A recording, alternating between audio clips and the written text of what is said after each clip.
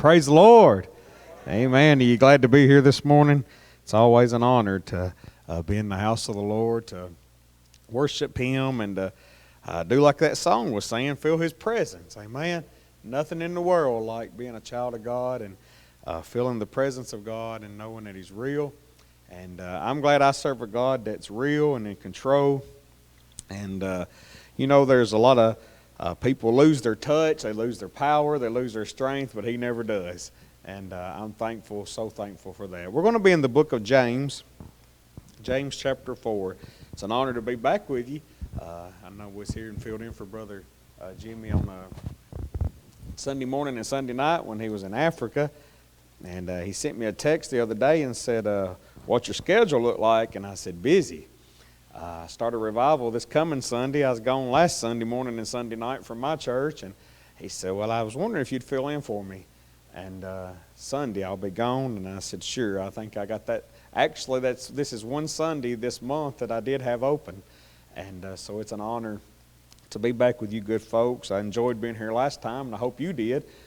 He said you did, so I don't think you lied to him. But I appreciate you so much. And if you're watching by TV, welcome to this service, and God bless you. Watching by Facebook Live, he told me, he said, you're going to have people looking at you live, and then you're going to have them looking at you on TV and on Facebook. So we appreciate you so very much for tuning in and being with us. If one of my buddies is listening, he knows who he is. I want to thank him for tuning in, and he said he might be, so I appreciate him and just want him to know that. And had a guy, last time I preached here, he said, he sent me a text and said, I heard you preaching. And I sent him back, where did you hear me preaching? And he said, I heard you on Brother Wilson's program. He said, I enjoyed it. He said, I was getting ready for church, I thought he said. And he said, I just turned around, sat down on the bed, and quit getting ready and listened to you. And I appreciate that. Amen. And you probably don't realize who you touch on radio or TV or Facebook and all the stuff. I'll be honest with you, I used to have a little problem with the whole Facebook Live thing, and I'm honest. And one day I was preaching a revival in a church down in Tennessee, and a woman come to me and said, I want you to know my husband won't go to church.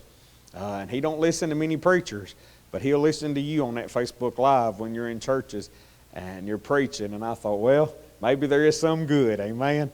And I appreciate it so very much, and God bless you all. All right, James chapter 4, and starting in the first verse. James chapter number 4, starting in verse number 1. It's good to have I know Brother Jimmy went, but a couple of these ladies went with him to Africa too, and it's good to have them back. And I know they had a good trip, long trip, tiresome trip, but I'm glad they came and made it and done some good works. And there's a lot of work to be done. I had a man tell me one time when I went to Haiti and to England both, he said, why you go there? There's plenty to do here. And I said, you're right, there is. There's plenty to do here. I said, but there's plenty to do there too. The Bible said don't just go to Scottsville or Glasgow or Bowling Green or United States. He said go into all the world and teach them. And that's what we try to do when we do that. I guarantee you, Brother Jimmy and Brother Allen and crew that went with them, that's how I've been putting it, they sure wasn't on no vacation or no honeymoon. It was work. And I know, I've not been to Africa, but I've been to Haiti and England, places like that, and it's not a vacation. And I appreciate so much that the Lord watched over them and brought them back. All right, James 4 verse 1, if you're there, say amen. Amen. From whence come wars and fightings among you? Come they not hence even of your lust that war in your members? Ye lust and have not, ye kill and desire to have, and cannot obtain. Ye fight in war, yet ye have not, because ye ask not. Ye ask and receive not, because ye ask amiss, that ye may consume it upon your lust. Ye adulterers and adulteresses, know ye not that the friendship of the world is enmity with God? That word enmity means an enemy or a stranger. Don't have fellowship with God. Whosoever therefore will be a friend of the world is an enemy of God. Do ye think that the Scripture saith in vain, the Spirit that dwelleth in us lusteth to envy, but He giveth more grace? Wherefore He saith, God resisteth the proud, but giveth grace unto the humble. He said, submit yourselves therefore to God. Resist the devil, and he'll flee from you. Draw nigh to God, and he'll draw nigh unto you. Cleanse your hands, ye sinners, and purify your hearts, ye double-minded. Be afflicted and mourn and weep.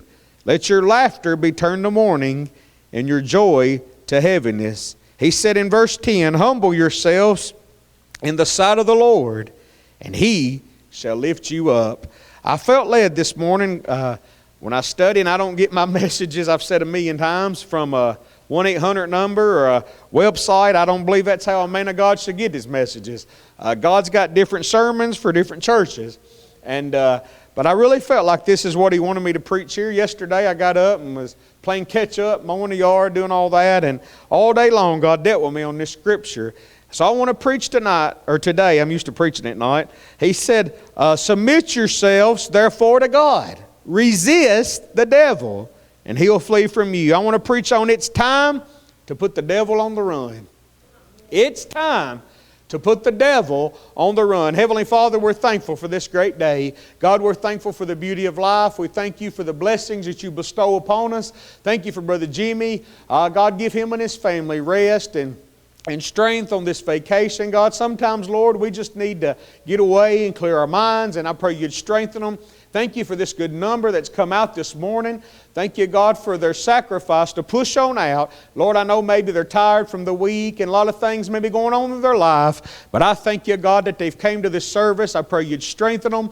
Pray you'd bless them, encourage them. Touch those watching by Facebook Live, those watching on TV, God, that you just have your way in their lives. Help us today, God, at every one of us. God, whether we're live in this auditorium or watching by other means, that we would put the devil on the run and not let him have place in our life. We ask it all in the great name of Jesus. Anoint my lips as you have many times before.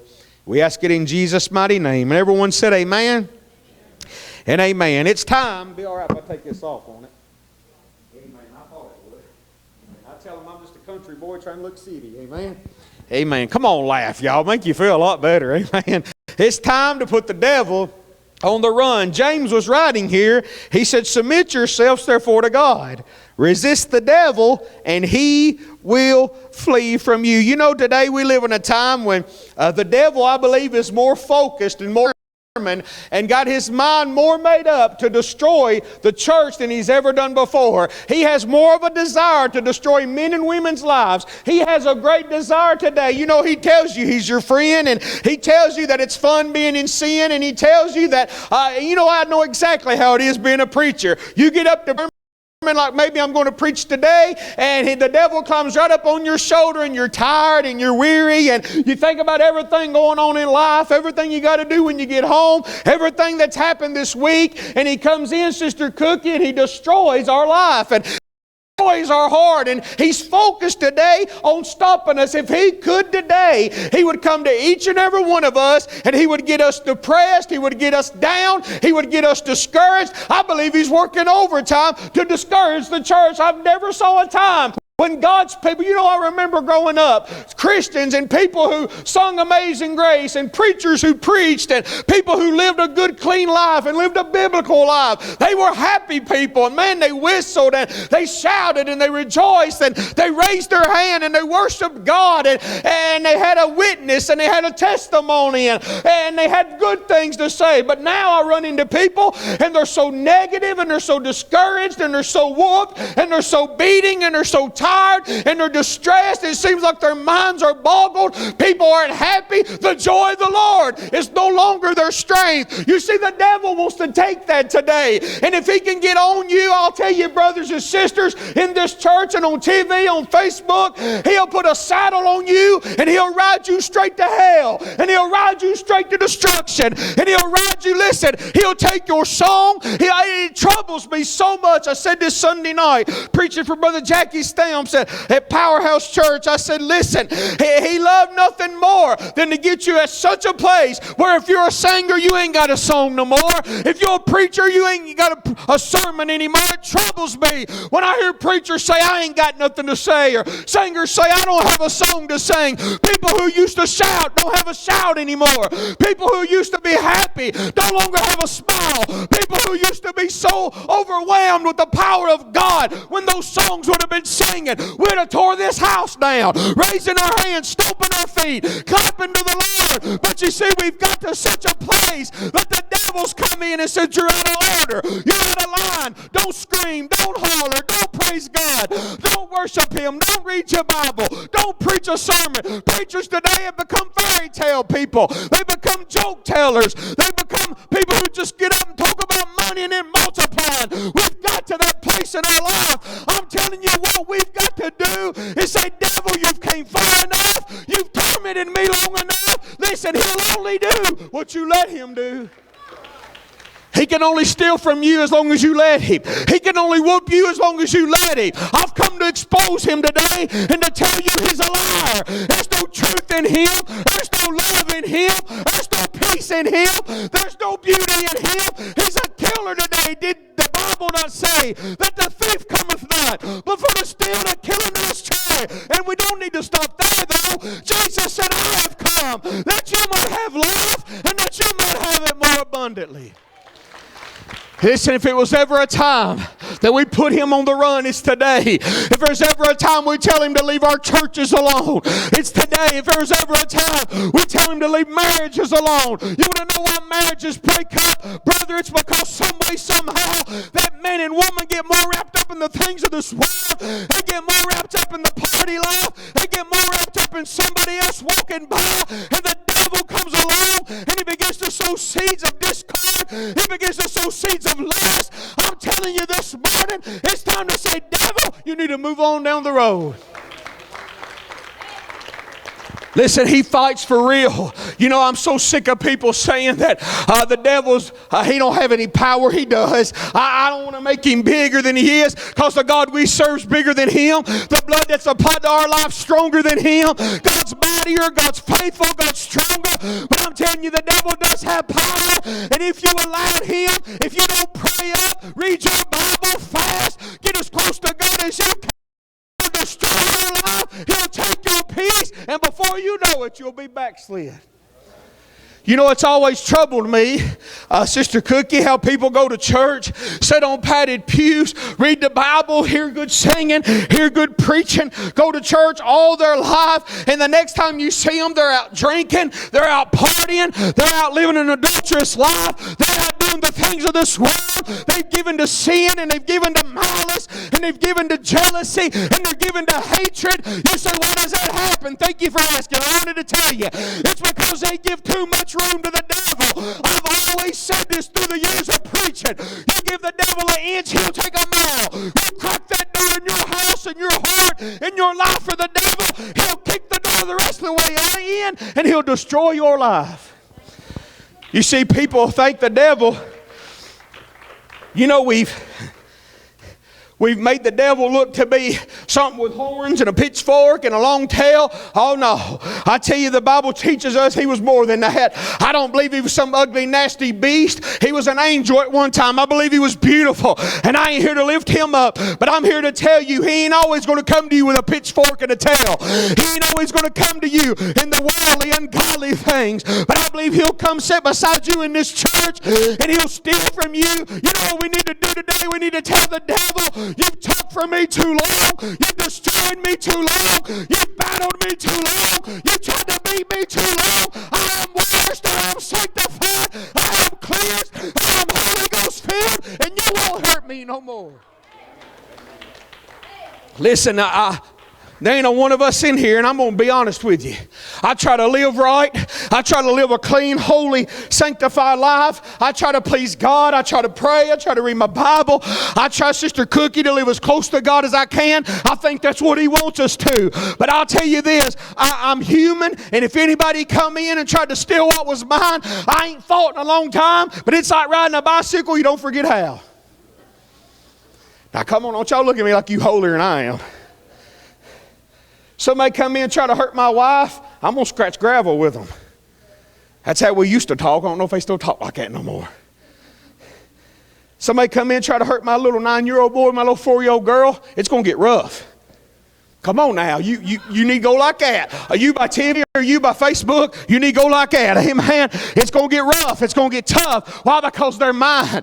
I'll even go down to this. Somebody try to take my Ford truck out there. I'm going to fight with them. Amen. Because that's mine. You say that's worldly. I know it is. Somebody break in my house, try to steal something. It's mine. I've worked for it and I've labored for it. And I'm going to fight to protect it. Well, can I ask you this? Every one of you do the same thing. Every one of you would fight for the things that's in your house. You'd fight for your family. If you wouldn't, ain't much to you.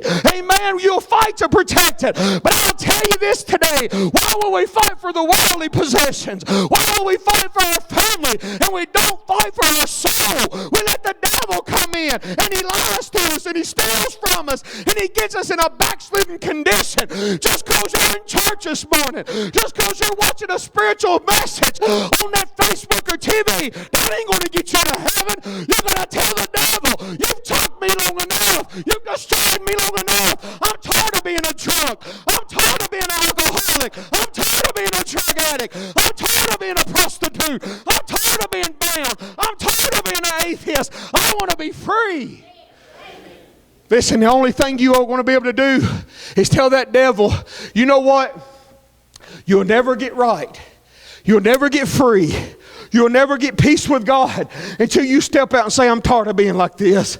I'm tired of being down. I'm tired of being discouraged. I'm tired of being empty. I'm tired of the devil stealing from me. I'm tired of the devil coming along and he's always beating on me. I know how it is. You try to get up. You try to live right. You try to do good. In your heart you do desire to get close to God and to leave the sin and to leave the destruction and to leave the shame. I feel the Lord in here this morning. To leave the heartache, to leave the bondage alone. But every time you get up, that same nasty, stinking devil is there to knock you back down again.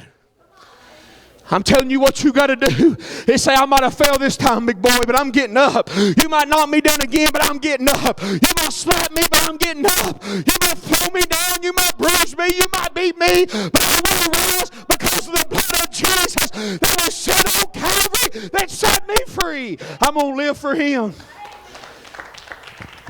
What's happened to a lot of people is the devil's come along. And he's beat us, and he's beat us, and he's beat us, and we've got to the place that this is what we do. I'm sorry, Mr. Devil. Don't fight me no more. I won't pray as hard. I won't read my Bible as much. I'll miss church on Sunday night, Sunday morning. I'll stay home.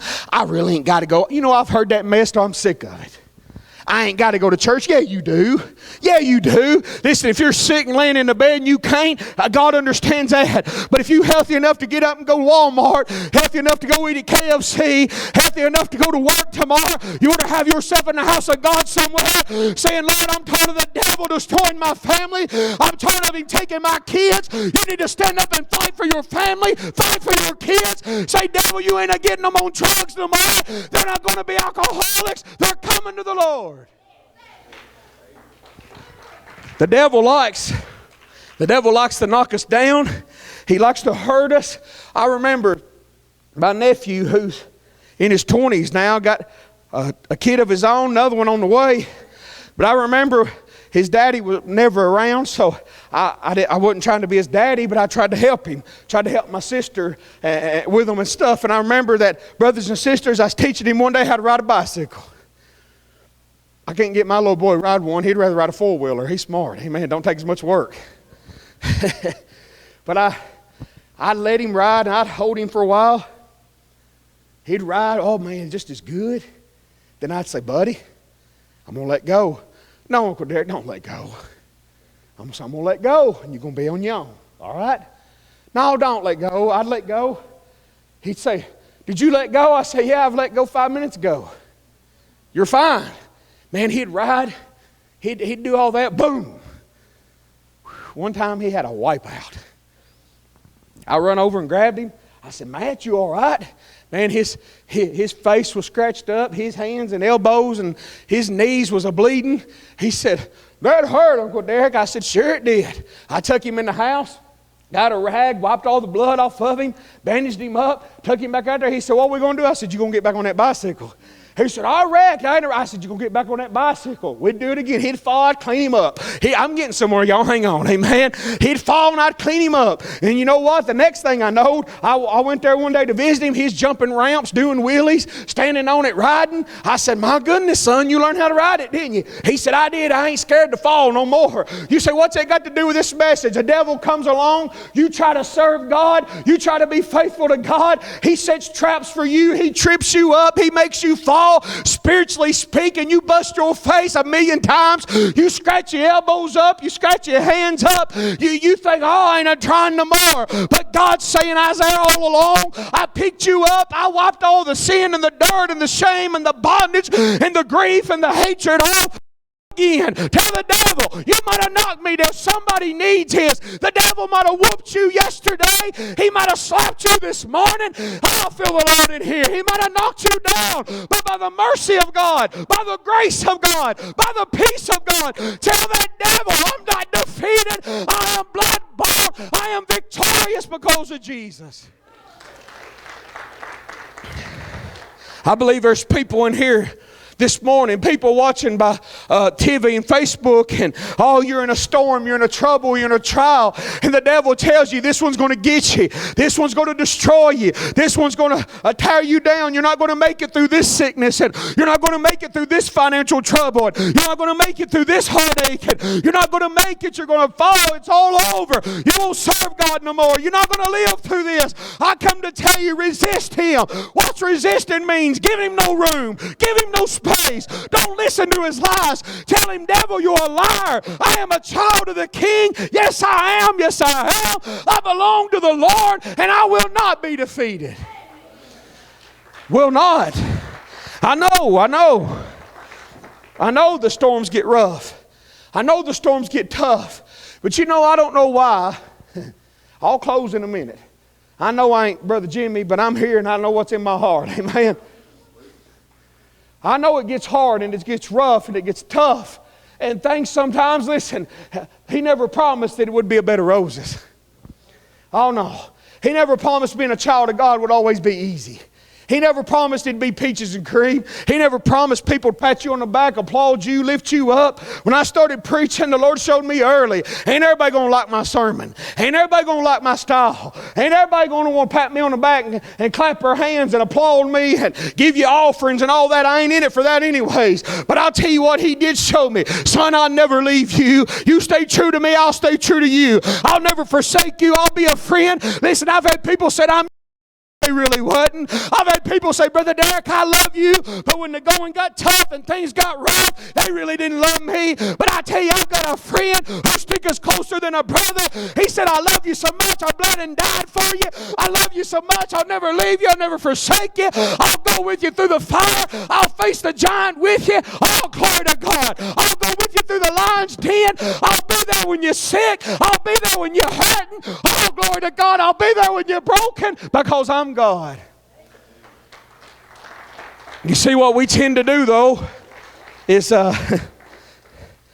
we tend to listen to the voice of negative, to the voice of the liar, to the voice of the deceiver, to the voice of the wicked one. We listen to him breathing in our breathing down our throat and always at us and always pulling at us, always nagging at us, always whispering in our ear, you're dirt, you're nothing, you ain't worth even serving God, you ain't even worth raising your hand, why you even go to church, why you even try to take your kids, why do you even pray for your husband or wife, why do you do this, why do you do that? And he's always there. Things ain't never going to get better, things ain't never going to change, you're never going to have peace in your life, you're never going to have victory, the storm's always going to rage and the heartache's always going to be there. I've come to preach to you this morning. Quit listening to that liar, quit listening to the voice of the enemy, quit listening to the voice of the wicked one, and listen to that great voice of truth that says, I am that I am. I am the peace speaker, I am the chain breaker, I am the joy breaker, and I'll speak peace to your soul. Do you imagine how them disciples felt? I don't know how long I got, but I'm going to preach till I'm done. Amen. Can you imagine them disciples in that boat that day? A storm started coming. Man, it was a slapping the boat. Now you see it how you want to, but I can see it getting dark. The lightning flashing, the thunder rolling. Man, them waves is a beating that ship. I don't know, it might have even been tearing into it, knocking the paint off of it. And I can see them begin to get nervous, and they begin to get weary, and they begin to get troubled, and they begin to get overwhelmed. But they didn't realize all they had to do is go wake up Jesus. Now, come on now, y'all. Jesus leaned over there. And finally, when it hits one of them, maybe Peter, I don't know, he's always doing something. He walked over, hey, Jesus, we're about to die. Do you not care about us? Man, we've walked with you all this time. We've traveled with you. Would you wake up and help us? I can see Jesus open his eyes. You ever been woke up all of a sudden, you're like, you see men like trees. Maybe I'm the one that does that. I don't know. You wake up, that couch's been there 20 years, you bump into it. Amen. I put it there and I run into it. I can see Jesus wake up and look at him. Said, oh, ye of little faith. Did you not know I'm with you? I ain't never left you. I ain't never forsaken you. And all Jesus had to do was stand up, walk out on the end of that ship and say, peace, be still. Phew. The waves quit rumbling.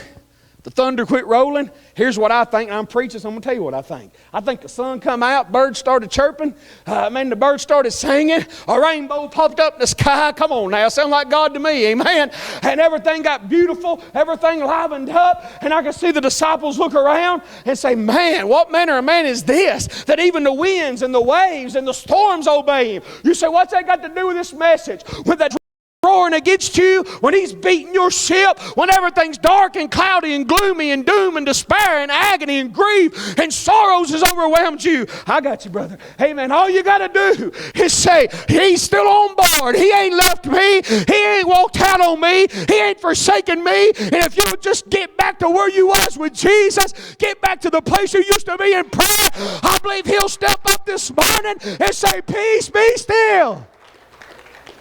I felt like saying this. Somebody watching by TV or somebody watching by Facebook, you're at the place in your life where you're so down, you're so discouraged, you're so out. The devil's lied and he's lied and he's lied and he's lied and he's tried to destroy you. He's even tried to talk you into taking an overdose of pills. He's tried to talk you in running your car off a cliff. He's tried to talk you into taking a gun, blowing your brains out. He's tried to tell you commit suicide. That's the end of it. But I tell you, if you do that, the devil's won. He's done what he wanted to do because he come to steal, to kill, and to destroy. But I come to tell you, don't listen to the liar. Don't listen to the devil. He just wants to take you to that hell he's going to. He just wants to destroy you because he knows he don't have life. He knows he don't have peace. And I come to tell you this morning, there's no mistake I'm here by telling you to move on down the road. Get washed in the blood. Ask Jesus to come into your life and save your soul. I usually don't do stuff like that, but I felt like somebody's watching and you need Jesus. The devil's tore you up and he's destroyed you. You know what really troubles me? Is when I see somebody and they walk up to you, and Sister Cookie, they got needle tracks up their arms. Their teeth rotted out from meth. Their life's just in shackles, just in chains, just burdened. And they look at you, and in their eyes, you can see they're doing this on the outside. They're smiling at you. But in their eyes, you can see they need more than they got. And you've got the answer for them. I've had people look at me and I'd look at them and say, you know, as a preacher sometimes when you're up preaching, and you know there's people that needs the sermon you're preaching. If you're a real preacher, you don't just preach to be preaching.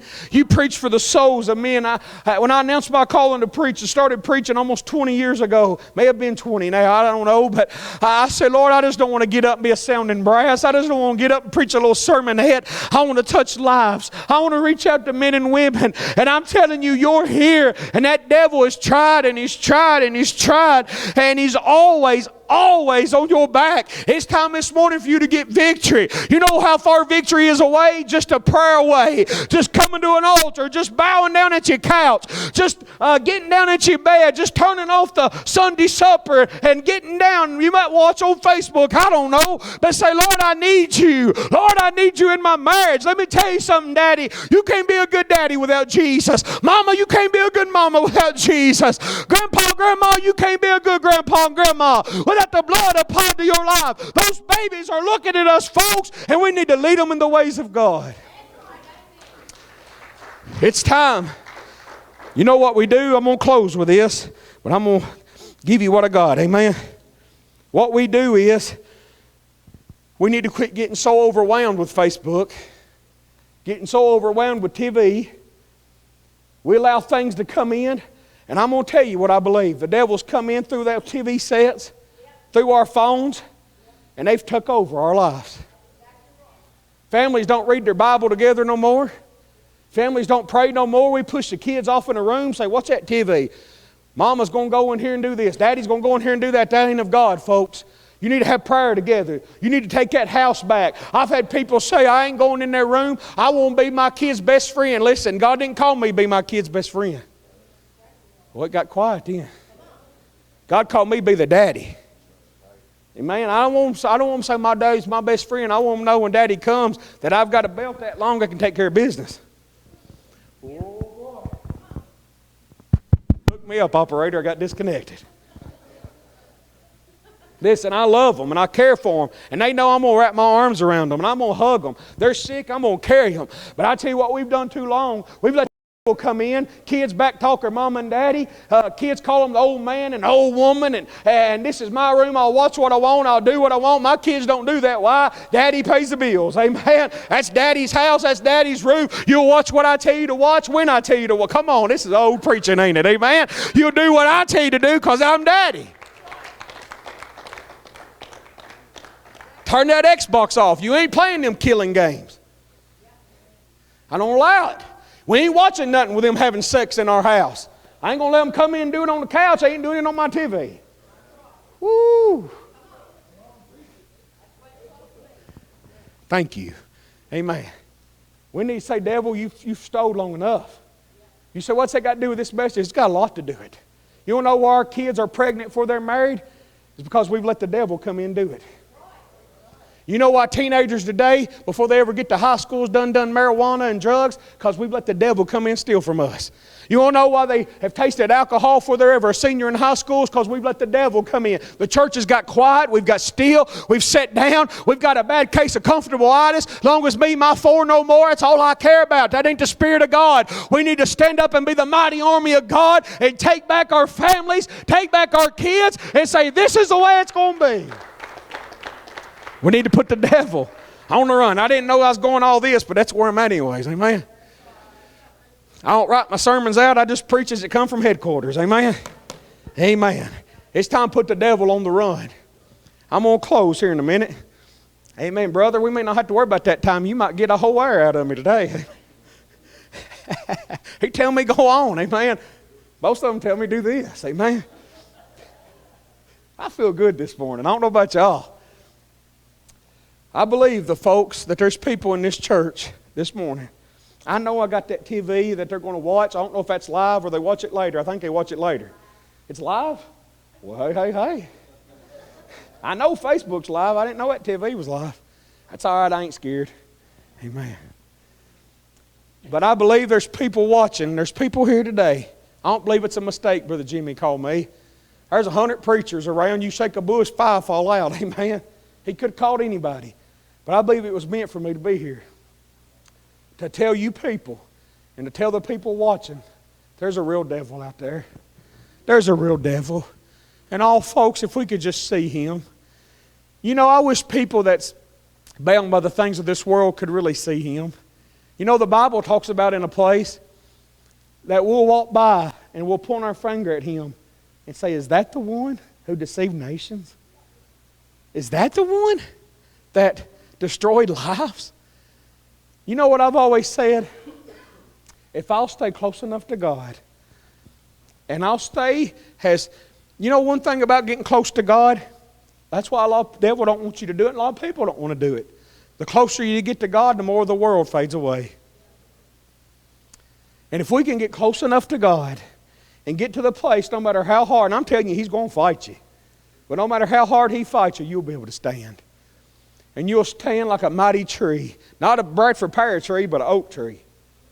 Man, I had Bradford pear trees. A storm come through one day, knocked all three of them down. And they was huge. But I got another tree standing there. It wasn't a Bradford pear. I had to cut it down to do an addition. But man, I like to never got it down. Because it was a mighty tree. You know what we need to do? We need to stand like a tree. Been on many times the devil's come along. Derek, you ain't got to preach that hard, son. You ain't got to do that. Just back up. You'll be more popular. God didn't call me to be popular. You could make all kinds of money being a preacher. That ain't what He called me to do. Listen, people getting in this thing to make money, you need to go to plumbing or something. He called you to be a plumber, not a preacher. Ooh, okay. I sure ain't TBN, am I? I'm Jesus in the blood. I've had the devil come along and say, you preach too hard now.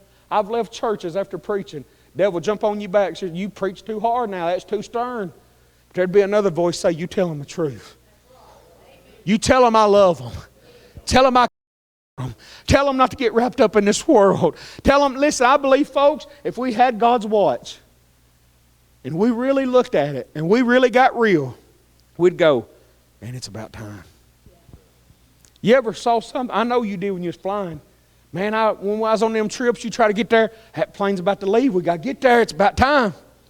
The emptiest feeling I ever had is when I was coming back from one of those mission trips. And I landed in Chicago. I'm getting somewhere. I'll hush. I'm Pentecostal. I can close 5 times. And sister, me and another brother was running through that airport. Full-fledged running. I mean running as hard as we could. Pulling bags, running. Chicago O'Hare Airport's huge. And we were getting it. I mean, I was pushing people out of the way. He was. I felt kind of good because I was out running him. He was a whole lot littler than me. Y'all get that later. And I was running. And finally, I looked back at him and he said, we're going to have to quit. I said, I agree. We stopped. And we grabbed a woman there we knew worked, had one of them iPads. Said, we're supposed to be on flight so-and-so. Can we still make it? She said, she smiled at us. I went, what? She said, sir, your flight's been in the air for 20 minutes. I said, huh? I'd done been gone 9-10 days. I want to get home, see my wife and kids. I was supposed to have been home 9 o'clock that night. I ended up getting home 3 or 4 the next morning. Oh, I wasn't a happy camper. But you know what I thought a lot? I thought, what a feeling. Oh, it's just an empty feeling. I missed my flight. The next thing they told me, I'm getting somewhere, hang on. Maybe this won't bore all of you, just some of you. He looked at me, he said, you ain't going home tonight. I said, yes, I am. He said, no, you're not. He said, I ain't got a flight leaving till 10 o'clock the next morning. I said, oh, no. Oh, no. The other guy spoke up and said, put us on a crop duster. We don't care. I said, no, no. Oh, no. We got to talking. Said, find another airlines. Go to American. Go Delta to something else. This was United. He looked. He said, yep, got one leaving at midnight. I said, that'll work. That'll work. At least I'll get home tonight sometime or in the morning. He said, okay, we got that. But I thought as we sat there in that chair for about 3 or 4 hours waiting on that flight to leave, Sister Cookie, I thought, man, that just didn't feel good to miss my flight. I don't like that. I'd have been home earlier. I believe you've been in church long enough, you know where I'm going. If you let the devil destroy you, you let him fight your life, and you let him have control, there'll be a day you're going to miss your flight. He's about to come. When that trumpet sounds, only those who are washed in the blood, only those who's got their passport and it's stamped and got everything and is there waiting for that flight, waiting for them to say, first class, because that's what we're going to fly. Come on, y'all. We ain't going to sit all cramped up like this. We're going to go first class. Because that's what God's people does. We go first class. Amen. Oh, yeah. I like that. Amen. We go first class. But I want to be ready, don't you? I want to make it. I want to go.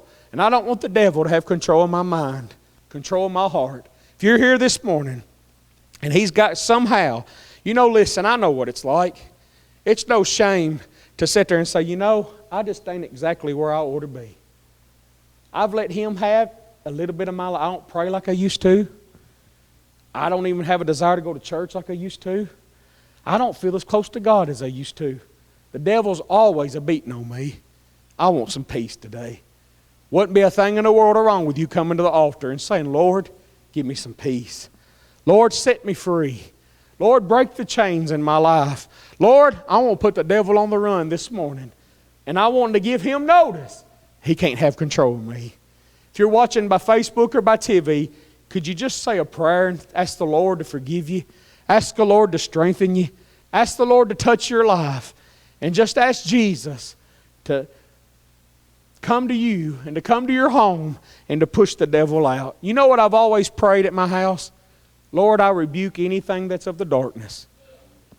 Lord, I rebuke anything that the devil would try to do to come into my home. You gave it to me. You gave it to me. And I rebuke it every day before my kid leaves for school. My little girl's not in school yet. She starts next year. But my little boy's a 4th grader. And every night and every day, every night before we go to bed, I say, Lord, cover him in your blood. Lord, protect him. Don't let the evil one have a hand on him. Let him remember his Creator in his youth. That way, when he's the age of his daddy, he'll still serve you. And he'll still walk for you. You know what'll help stop these school shootings? If the church will pray again. Lord, don't let another devil come in and hurt our babies. I pray that every morning. God, touch not just my kid in his school, touch all the schools. That nobody will ever hurt these kids again. We need to run the devil off. Amen?